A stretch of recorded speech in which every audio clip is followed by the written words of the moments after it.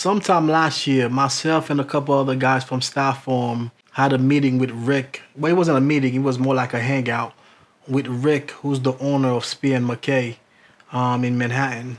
And one of the guys asked me, what's your favorite piece from Spear and McKay? And without hesitation, I told him it was the Rust Polo Coat, since I get so many compliments whenever I wear that coat. Just to give you a quick story, last week I was at work. I was speaking to a lady at my desk and I was about to take her on tour. So I went to the back, grabbed my coat and put it on, came back and she looked at me. She was like, beautiful coat. I didn't even think you were the same person.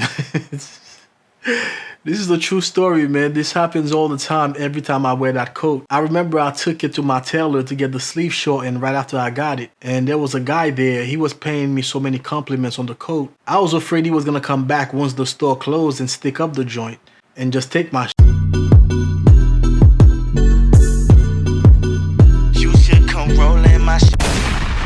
Yo, what up? My name is Vladimir Riché from ChaseandRider.com. Like I was saying in the intro, I get so many compliments every time I put on my polo coat. I've only had that coat for about a year, but if I had $1 for every time somebody had something to say about the coat, I probably have like $1,000, man. If you don't know what coat I'm talking about, that's the coat that you see in every intro. I also wore it in the beginning of the video that I made when I unboxed the suede shoes from Sons of Henry. If you haven't seen it, I'll link it somewhere up here. One thing about a polo coat is double-breasted, so it's different than your regular coats that you are used to. They come in all sorts of different colors. The one that I have is the rust, and the reason why I have the rust, tell you the truth, I really wanted a navy. But when Spear and McKay came out with the coats last year, they had a gray, they had the navy, and they had the rust. Unfortunately, they didn't make the navy in my size. I wanted a 46 so it can fit easily over my jacket. They didn't make it in a 46. So it was between the rust and the gray. I chose the rust because I figured that was a different color that you don't see every day. But that was also kind of a negative because that means that I can't really wear that coat all the time. As opposed to if I had the navy, it would just fit right in. And that's also part of the reason why I get so many compliments on it, because people don't really see that color too often. But because it is a different type of color, it's not a type of coat that you can really wear every day. So that's why originally I wanted the navy. But I have zero regrets. I'm actually happy that I bought the rust. But the coat wasn't perfect. One thing that really bothered me with it is that the pockets weren't deep enough. When you wear a coat and it's cold outside, you kind of want to stick your hands in your pockets comfortably. Also, something that I would like to see change was sometimes the collar wouldn't stay up all the time. It's like the collar wasn't stiff enough. Personally, I like to wear the coat with the collar up. I feel like it's a much better look, but it's almost like you always have to make sure that the collar's up because sometimes it just doesn't stay. I'm kind of nitpicking a little bit, but those are the two things that if I had it my way, I would have changed with the coat. So with that said, this year, Spear and McKay came out with version 2 of this coat. One thing that I love about Spear and McKay is whenever they come out with a second version, whether it's their suits, whether it's their trousers, and in this case their coat, they always improve on whatever the first iteration was. So in this case, Rick said that he made the pockets deeper this time around, and also the collars stay up a lot easier. So I was really looking forward to getting me one in navy this time. But unfortunately, they only have 2 colors this year. One is a burgundy herringbone, and the second is a teal. The burgundy herringbone, at least from what I can see in the pictures, is extremely close to the rust that I have. The rust coat is also a herringbone pattern that I have. Maybe they're calling it something different this year, but from the pictures, it looks almost identical to my coat. So I know I wasn't gonna get that one. And then I was thinking about getting the teal, but teal is like a green color, so I really wanted to see it on someone before I actually pulled the trigger, because I really couldn't tell on the website what a teal coat would look like, you know what I mean? A couple weeks ago, I decided to buy the coat anyway.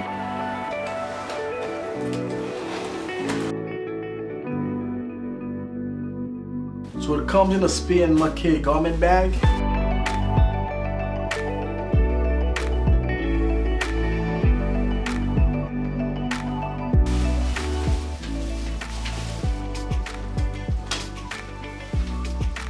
Alright, so this is the teal polo coat from Spear and McKay.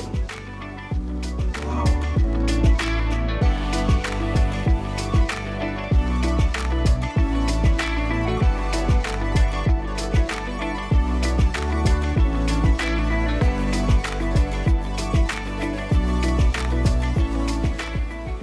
So as you can see, like I was saying, it's a double-breasted coat.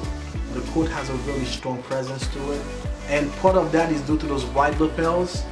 My favorite feature about the Polo Coat is the back, actually,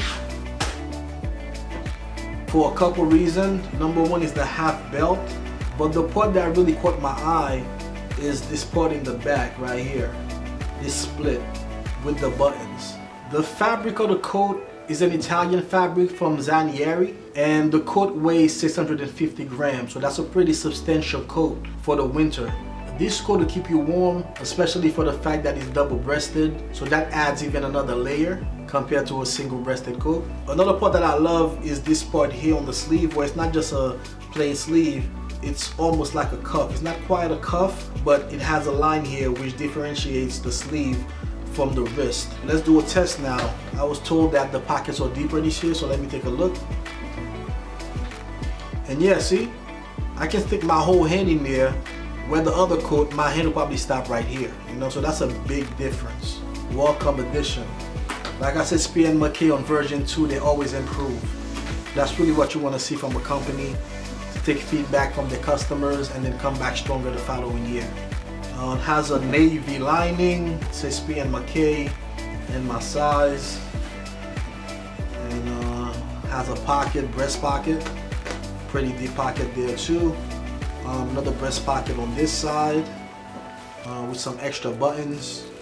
But yeah, man, this is a great coat. Now let's talk about price.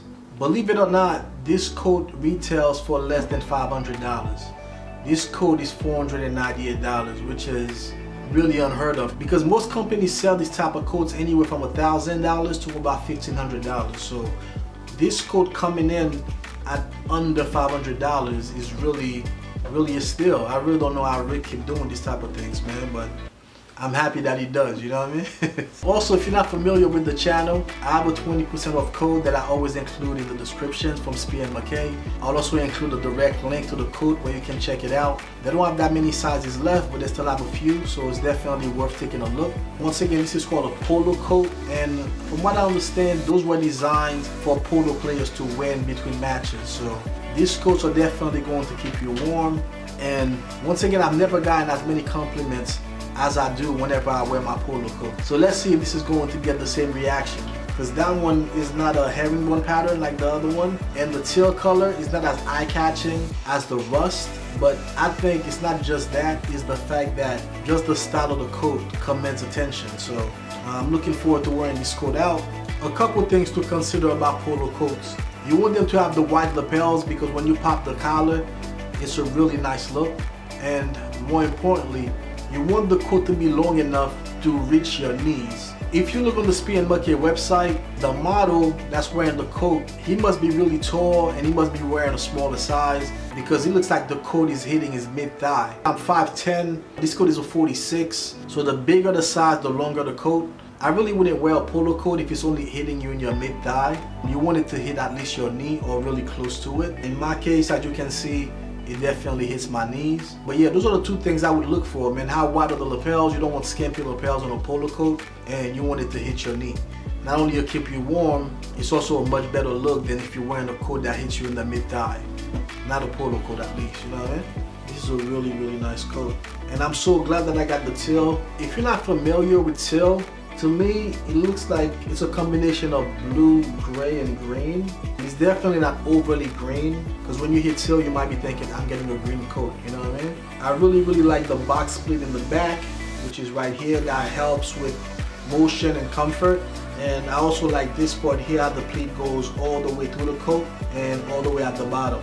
You can undo the buttons if you like. I've never done that with my last coat, but you can definitely undo the buttons if you want to open it up even more.